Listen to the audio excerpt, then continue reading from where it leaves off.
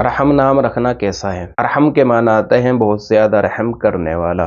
حدیث شریف میں حضرت ابو بکر کو ارحم کا خطاب دیا ہے نبی اکرم صلی اللہ علیہ وسلم نے، اور ارشاد فرمایا ارحموا امتی بامتی ابو بکر، میری امت میں سب سے زیادہ رحم کرنے والے حضرت ابو بکر ہیں۔ اچھا نام ہے، نام رکھنے میں کوئی حرج نہیں ہے۔ بعض حضرات اس کو اس وجہ سے غلط سمجھتے ہیں کہ ارحم کے معنی ہے بہت زیادہ رحم کرنے والا، اور یہ اللہ تبارک و تعالیٰ ہی کی ذات ہو سکتی ہے، لیکن ایسا نہیں ہے، کیونکہ ارحم اس میں تفضیل کا صیغہ ہے، اور اس میں تفضیل کہنے دوسرے کے مقابلے میں زیادہ رحم کرنے والا۔ ہم کہہ سکتے ہیں زید ارحم من عمر، زید عمر سے زیادہ رحم کرنے والا ہے۔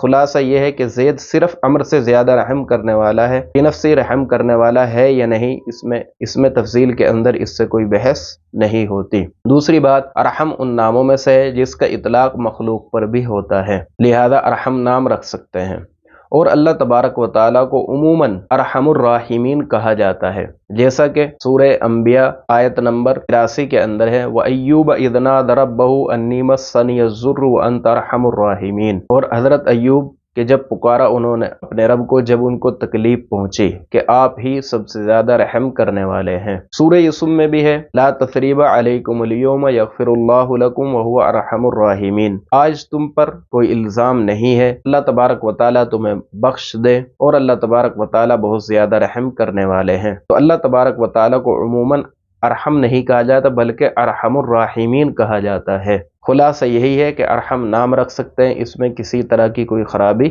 نہیں ہے، معنی بھی اچھے ہیں۔